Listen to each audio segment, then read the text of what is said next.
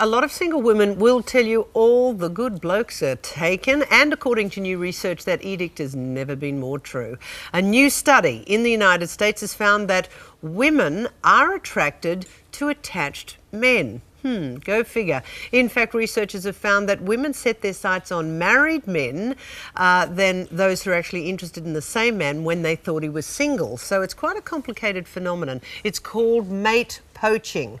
We're going to see this, well, we do see it in real life as well as in the movies. Have a look. I mean, am I not allowed to be friends with people that are hot? I mean, what? Am I not supposed to be friends with a guy just because he's married? Right. Or has an insane smile?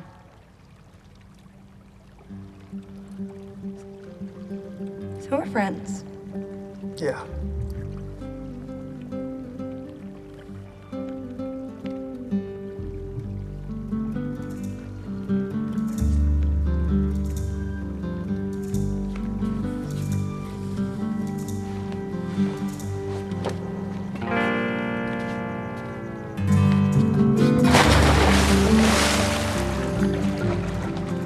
You wanna come in?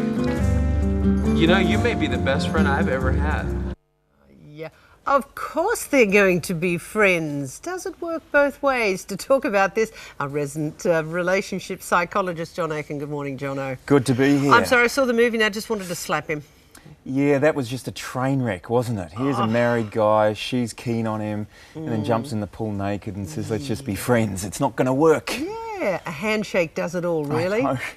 Okay, what is it, you know, one of the most famous, if we're talking mate poaching, one of the most famous ones, they say, is Angelina Jolie and Brad Pitt. But, you know, women have been after married men for a long time. Yes, I mean, it's a phenomenon, and you know, I have seen guys that are single that go after married women as well, but look, what they're saying in this sort of research is that one of the factors is that, you know, when a woman looks at a married guy, he's sort of been pre-screened, you know, that he can he's commit. Been broken in. He's kind of been broken in, and that means that he's fair game in a strange sort of way, and that you can trust that he's good quality. Oh, so somebody else has done the hard work, so as long as it's not too complicated, you can come in and steal it, basically. Yeah, well, that's one of the suggestions around it. I think other reasons why you might go after someone unavailable is that you're not really wanting a commitment. And so if you go out with a married person, they're always going to give you a little bit of affection, but it's not going to go anywhere. Because, you know, it's been going on for eons that women do want to date married men. And the vast majority of the time, as a psychologist, how do you think it turns out? Oh, I've seen some absolute horror stories, lots of heartache and pain, and you know, because ultimately you get a little bit of attention, you might get some promises, but you keep waiting and holding on, putting your life on hold, and you end up never really getting together with this person who's married. Do they actually think he will leave? I think they do think that. They think they're special enough to change him and to take him away. So if you're involved with someone like that, you know, you're going to find that there are lots of signs that are out there, and one is that, you know, you're constantly going to be keen on someone who's already attached. If you're in that basket, look out for it. It's a problem. Also, you do all the chasing. You put yourself on hold. You put your friends on hold, and you just focus on them all the time. So you're saying this is a subtle thing some women, their type, just does without recognising it? Absolutely. And other things is that you talk about them all the time. It's hard to get straight answers out of them. They'll make up excuses, and so you end up basically hanging on but not really being able to take it any further. And it can go on for years. Can go on for years, and that's the disastrous thing about it all, is that, you know, they really do think that something's there when it's not.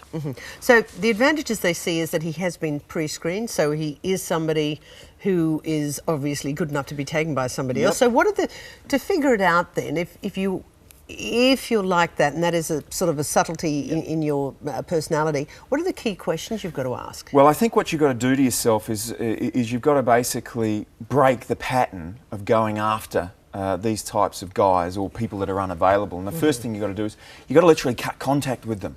So, you know, delete them from the phone, stop the emails, cut contact. The next thing you need to know is what are their warning signs to avoid them in the future. And one of them is if they've got a wedding ring on.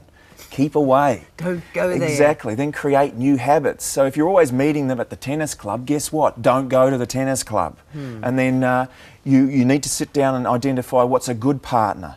Who is actually going to be someone who you can commit to in the future? And finally, be selective about it. Does it work the other way? Why don't men always seem to be running after married women? Well, you know, I think values come into it a lot. You know, if you grow up respecting marriage, respecting, you know, commitment in couples... men per se. Why don't men? Well, why don't men do the... Well, I think some of them do, to be honest. And there are lots of examples of that happen. I think it's important that if you're in this position where you look at your history of relationships and you're always going after unavailable people, you've got to cut ties and break patterns. And understand what you're doing. Understand. Okay. Otherwise, end up single forever. Okay. John Aiken, thank you very much.